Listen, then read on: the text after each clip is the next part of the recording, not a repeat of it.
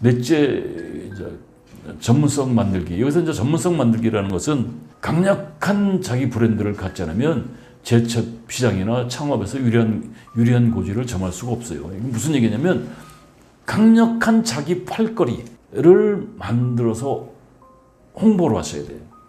강력한 브랜드 구축은 내가 알고 있는 사람이 있어야 되죠. SNS 활동, 뭐 유튜브 같은 거, 블로그라든가, 뭐 책을 내면 더욱 좋고.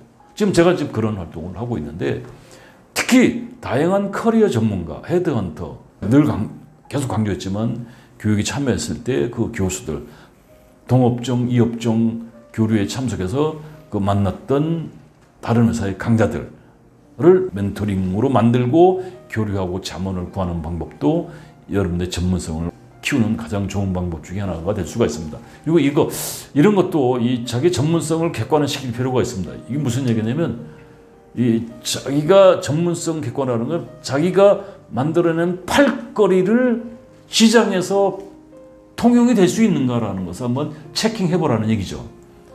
자기의 전문성을 객관화시켜라. 이게 전문성 객관화라는 건 이력서와 자기소개서를 헤드헌팅 회사에 제출해보라 하는 얘기죠.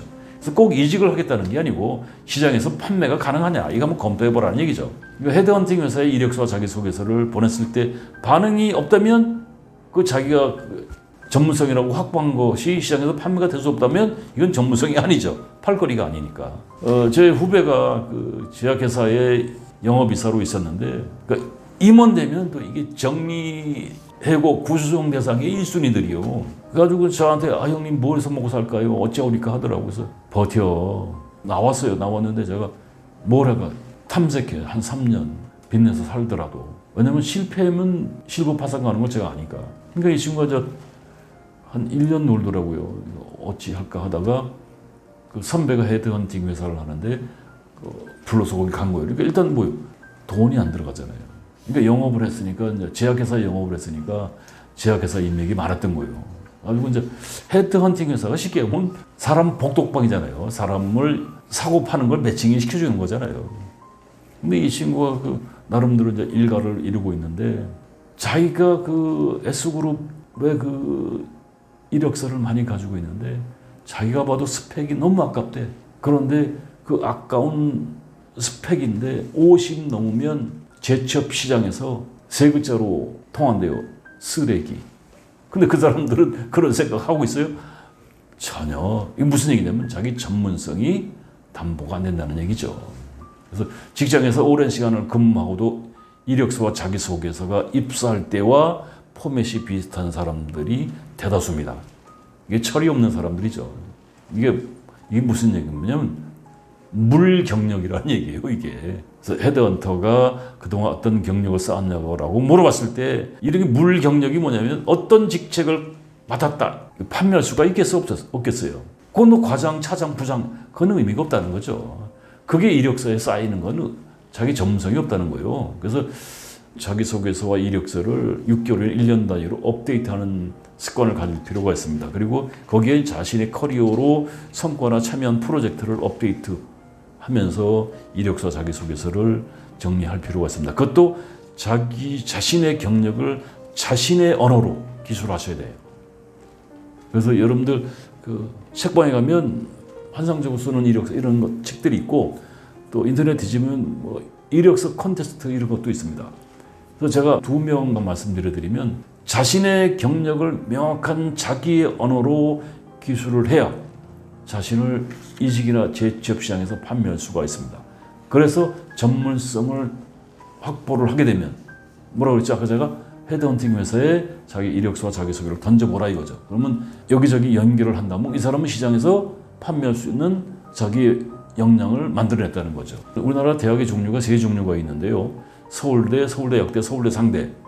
또 내가 얘기했던 게 있는데 서울대, 서울에 있는 대학, 서울대 역대, 서울에서 약간 떨어진 대학, 서울대 상대, 서울에서 상당히 떨어진 대학. 근데 지금 제가 말씀드리는 사람들은 서울대 상대 출신들이에요. 서울에서 상당히 떨어진 대학에서 졸업을 한 친구들인데 주된 직장에서 근무를 하다가 상대적으로 규모가 작은 회사로 이직을 하게 되면서 먼저 현실적으로 적응하기가 쉽지 않은데 왜 이직을 하게 되면 그 회사에서 오래 근무하지 못하냐면 기업 문화, 급여, 복지 수준, 텃세 등 이게 안정적으로 근무하기가 쉽지 않습니다. 그래서 이 텃세 같은 거 몇 개월 근무하다가 다른 직장으로 이직을 하게 되거나 시도를 하게 됩니다. 그래서 제가 이 도움을 준 친구가 50 초반인데 이 친구가 곧 임원 승진한다고 이제 하는데 50 초반입니다. 회사에서 이 과장 때 연봉 한 8천 받던 친구인데 고조정 정리하고 또 이제 그 회사에서 실수를 했어요, 이 친구가. 그래가지고 저한테 형님 자리 좀 만들어 주세요. 그래서 강의 다니는 회사의 그 인사 담당 본부장한테 얘기를 했더니 이제 이 차장으로 이제 승진을 차장 승진했는데 연봉은 한 8천 받던 친구가 중소기업으로 차장으로 승진해봐야 얼마를 받냐? 5,300인가 받고 갔어요. 그 얼마 떨어진 거예요? 2,700 떨어졌잖아요. 근데 갔는데 재취업을 했는데 회사 기업 문화가 이게 상당히 자기가 근무할 수 있는 여건이 아니더라는 거. 뭐냐면 그 대표이사의 횡포가 퇴근을 못 하는 거야. 그래서 이래서는 안 되겠다 해가지고 이 친구가 이제 헤드헌팅 회사에 이제 이력서를 냈는데 제가 이 친구 이력서를 제가 가지고 있는데 제가 봐도 전문가인 제가 봐도 자기 언어로 이력서를 정말 잘 써놨어요. 어찌 보면 물경력 같은데 물경력이 아니고 자기가 했던 업무를 프로세스별로 자기 언어로 잘 정리해 놨더라고요. 그 이력서만 보면 누구나 이 친구가 서울대 상대, 서울에서 상당히 떨어진 대학을 나온 친구거든. 그 스펙은 내세울 게 없는데 그 이력서가 진짜 강점이더라고요.